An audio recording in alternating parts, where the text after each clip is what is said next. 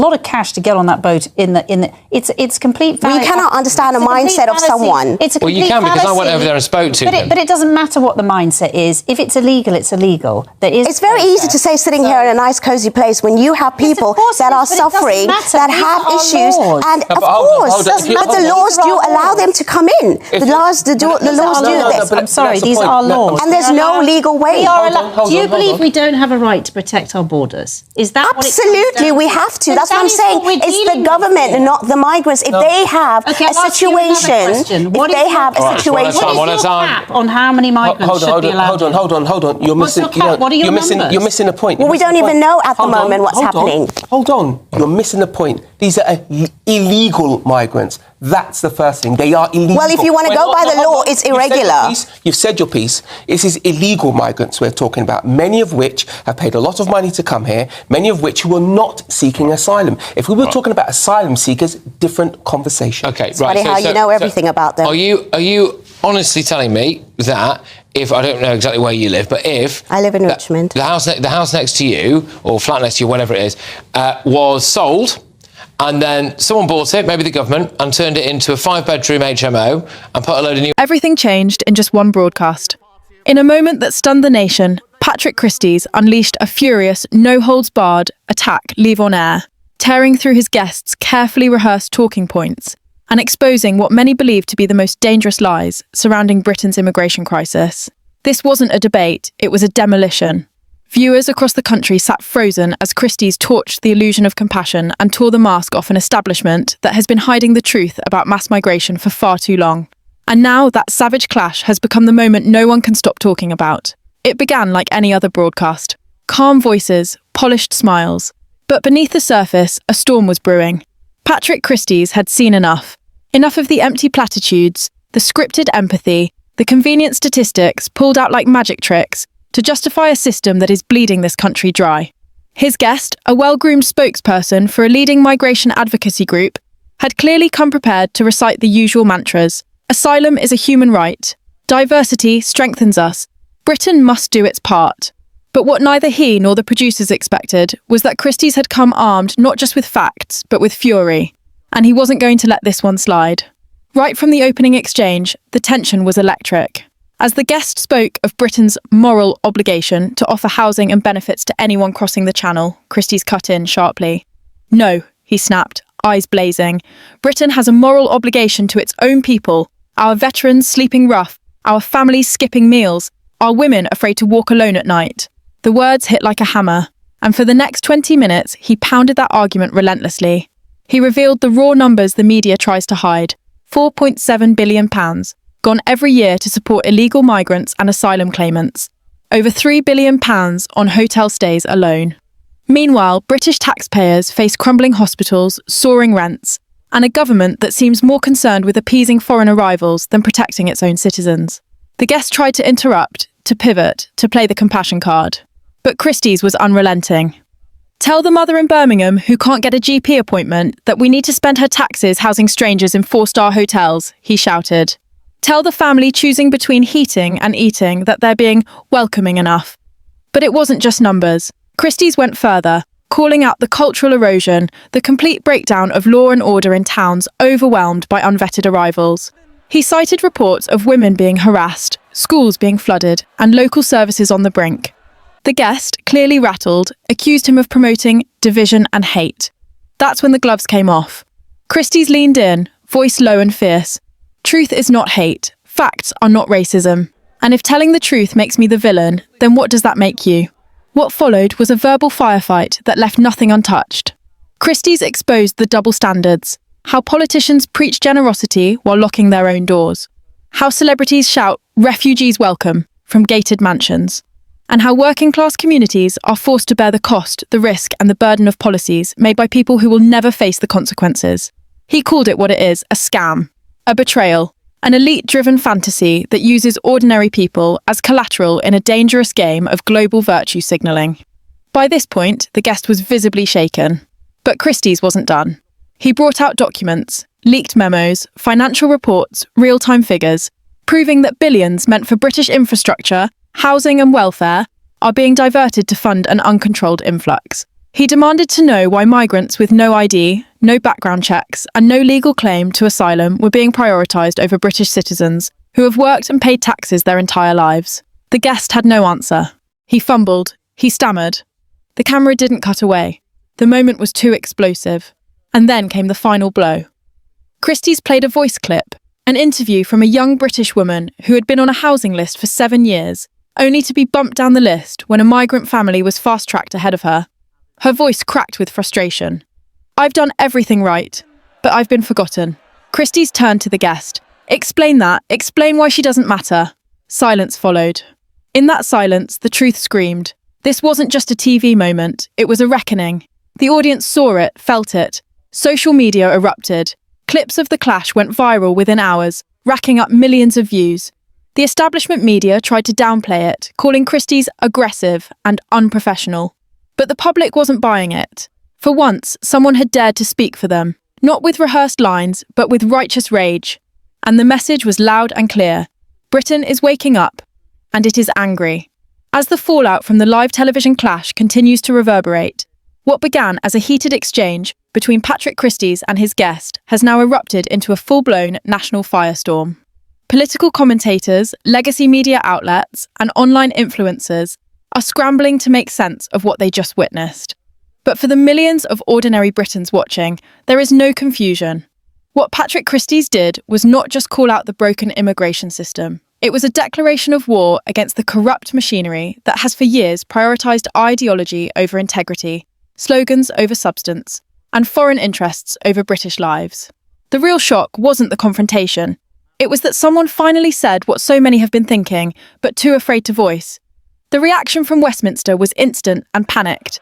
Senior Labour officials rushed to denounce Christys, labelling his remarks as dangerous rhetoric and unfit for public broadcasting. Several MPs demanded Ofcom launch an immediate investigation, while left-wing commentators on Twitter tried to spin the clash as a hateful outburst. But despite the coordinated backlash, it became clear within hours that something had shifted. Support for Christys began pouring in from across the country. Mothers, veterans, working-class families, and even former Labour voters who had grown disillusioned with their party's complete detachment from reality. People weren't offended, they were relieved. Finally, someone had cut through the fog of lies and brought clarity to a debate dominated by spin. And while Patrick Christys stood firm, the guest he dismantled has since gone silent. Sources close to the broadcaster revealed that the individual had received a wave of criticism, not just from the public, but also from within their own organisation. Apparently, the guest had been warned not to appear unprepared, especially against someone with a record of hard-hitting truth bombs. But in the eyes of the public, the guest wasn't unprepared. They were simply wrong. No amount of buzzwords or politically correct soundbites could hide the fact that their position collapsed under the weight of undeniable truth. The data, the frustration, the stories of ordinary people, all of it shattered the fragile illusion they tried to defend. Meanwhile, the establishment media finds itself in a bind. They cannot ignore the moment. It's everywhere, trending across platforms, discussed at dinner tables, dominating call-in shows. But they can't acknowledge the legitimacy of what was said either, because doing so would mean confronting their own complicity. For years, these outlets have downplayed the scale of illegal migration, ridiculed those who raised concerns, and blindly parroted government press releases that painted everything as under control. Yet now, with £4.7 billion vanishing into a black hole of migrant accommodation and British citizens suffering in silence, their credibility is in freefall. They scoffed when Reform UK warned about the tipping point. They dismissed warnings from frontline communities. And now that those warnings are exploding into the mainstream, they're scrambling to suppress the narrative. But it's too late. The dam has broken. What this moment with Patrick Christys has done is not just fuel public anger, it has legitimised it. It has given voice to a movement that was already rising, but lacked a face in the media, willing to confront the powers that be. And now that face exists. The clash has triggered a cascade of reaction videos, think pieces, and on-the-ground interviews with ordinary Britons who all echo the same sentiment. We've had enough. Enough of being told they're racist for wanting secure borders. Enough of being taxed into poverty while illegal migrants get free accommodation. Enough of being told to stay silent for fear of offending someone who hasn't even pledged loyalty to the country. Even more astonishing is the impact the incident is having on Britain's political dynamics. Reform UK has reported a sudden spike in membership inquiries and donations. Nigel Farage has commented on the moment, calling it a watershed in the fight for Britain's future. Other public figures have cautiously begun to echo some of the same sentiments Christys expressed. The Overton window, the narrow range of ideas deemed acceptable in mainstream discourse, has been shattered. Topics once considered taboo are now being debated openly, and the people are demanding answers that go beyond vague reassurances or rehearsed statements. In response, the government has entered damage control mode. Prime Minister Keir Starmer has called an emergency media briefing, insisting that Labour's immigration strategy remains robust and compassionate. Yet his words rang hollow against the backdrop of a nation watching Christys expose the very failures that Labour refuses to acknowledge. Starmer spoke of investment in community cohesion and asylum reform initiatives. But what the public heard was more empty promises, more taxpayer money vanishing into bureaucracy, and more refusal to face the harsh truth. The system is broken, and they broke it. What's even more damning is the growing sense that this isn't just a failure of policy, it's a betrayal of the social contract. For decades, the British people have paid into a system with the expectation that their government would protect their interests, uphold their values, and prioritise their well-being. But that contract has been shredded. Instead of housing veterans, they house undocumented migrants.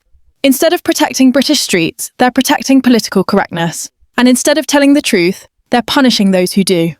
That's why the Christys moment resonated so deeply. It wasn't about left or right, but about the raw, unfiltered outrage of a nation finally seeing itself in the mirror. And now the establishment is terrified. Terrified that more journalists will follow his lead. Terrified that more voices will refuse to stay silent. Terrified that the British people, long treated as passive bystanders, will rise as active participants in their own future. The system relies on compliance, on distraction, on fear. But what if that fear has evaporated? What if Patrick Christys just lit the match that burns through decades of deception? The question now isn't whether the tide is turning, but how far it will go. Because if this moment becomes the spark that ignites a full national reckoning, then what happened on live TV wasn't just an argument. It was the beginning of the end for a narrative that no longer holds power. And in its place, a new story is emerging. One written not by spin doctors and career politicians, but by the British people themselves. A story of truth, of courage, and finally, of justice. The media storm swirling around Patrick Christys' on-air explosion has not only disrupted the political establishment, it's beginning to shake the very foundations of the media industry itself. Viewers who once relied on traditional outlets for their understanding of national issues are now turning away in droves, disillusioned by years of filtered narratives, selective outrage, and outright censorship. For many, Christys' refusal to bow to media decorum felt like a breath of fresh air in a stale, suffocating landscape. It was more than a televised outburst. It was a moment of reckoning for a country that's been drowning in spin. For decades, mainstream broadcasters have tiptoed around the real cost of immigration, the systemic failures of integration policies, and the public anger boiling beneath the surface. But when Christys finally ripped the mask off during a broadcast watched by millions, he didn't just challenge a guest, he dismantled a carefully maintained illusion. What followed was a dramatic escalation, not only in public response, but also within media boardrooms. Executives at major networks were reportedly locked in emergency meetings, reviewing editorial guidelines and assessing the potential fallout. Christys' network saw both a surge in viewership and a wave of pressure from advertisers, advocacy groups, and political watchdogs demanding disciplinary action. But behind closed doors, even Christys' critics acknowledged an uncomfortable truth. He voiced the frustration that countless journalists had whispered in private, but were too afraid to say aloud. In a media landscape dominated by fear of cancellation, of losing sponsors, of offending the wrong demographic, Christys did the unthinkable. He spoke with clarity and without apology. This is precisely why his outburst struck a nerve far beyond the studio. Christys articulated the raw, unfiltered anger of a public betrayed by both media and government. In communities from Sunderland to Southend, working-class Britons feel as though they've become second-class citizens in their own country.